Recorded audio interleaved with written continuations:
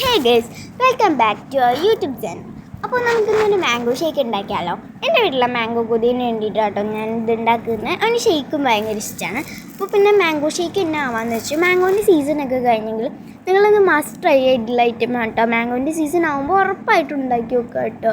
അതിനായിട്ട് ആദ്യം 2 മാംഗോ എടുത്ത് കട്ട് ചെയ്തിട്ടുണ്ട്. ദെൻ അത് ജാറിലോട്ട് പകർത്തിയ ശേഷം അതിലോട്ട് പാൽ ഒഴിച്ചിട്ടുണ്ട്. ജസ്റ്റ് നിങ്ങൾക്ക് വേണമെങ്കിൽ ഒന്ന് ബ്ലെൻഡ് ചെയ്തിട്ട് കാഷ്യൂനട്ടും ഷുഗറും ചേർത്ത് വീണ്ടും ഒന്ന് ബ്ലെൻഡ് ചെയ്യാം. ഞാൻ അങ്ങനെയല്ല ചെയ്തത്, എല്ലാം കൂടെ ഒരുമിച്ചിട്ടിട്ടാണ് ബ്ലെൻഡ് ചെയ്യുന്നത്. ദെൻ ഞാൻ കാഷ്യൂനട്ട് ചെയ്തിട്ടുണ്ട്. കാഷ്യൂനട്ട് ഓപ്ഷണലാണ്, അതിൻ്റെ ഫ്ലേവർ ഇഷ്ടമുള്ളവർക്ക് മാത്രം ഇട്ടാൽ മതി. ദെൻ മാങ്ങേൻ്റെ പുളിയൊക്കെ നോക്കിയിട്ട് പഞ്ചസാരയും ചേർത്തിട്ടുണ്ട്. പഞ്ചസാര ഞാനൊരു 4 സ്പൂണാട്ടാണ് ചേർത്തത്. 4 സ്പൂണൊക്കെ മതിയാവും കേട്ടോ. അതിന് ഭയങ്കര ഇഷ്ടമാണ് ഷേക്ക്. എനിക്ക് പക്ഷേ വലിയ താല്പര്യമില്ല ഷേക്ക്. അവനെ പോലെയൊക്കെ തന്നെയാണ്, എന്നാലും അവൻ്റെ അത്രയ്ക്ക് താല്പര്യമില്ല എനിക്ക് ഷേക്കിനോടൊക്കെ. അപ്പോൾ അതുകൊണ്ട് ഞാൻ അധികം ഷേക്ക് കുടിക്കാറില്ല.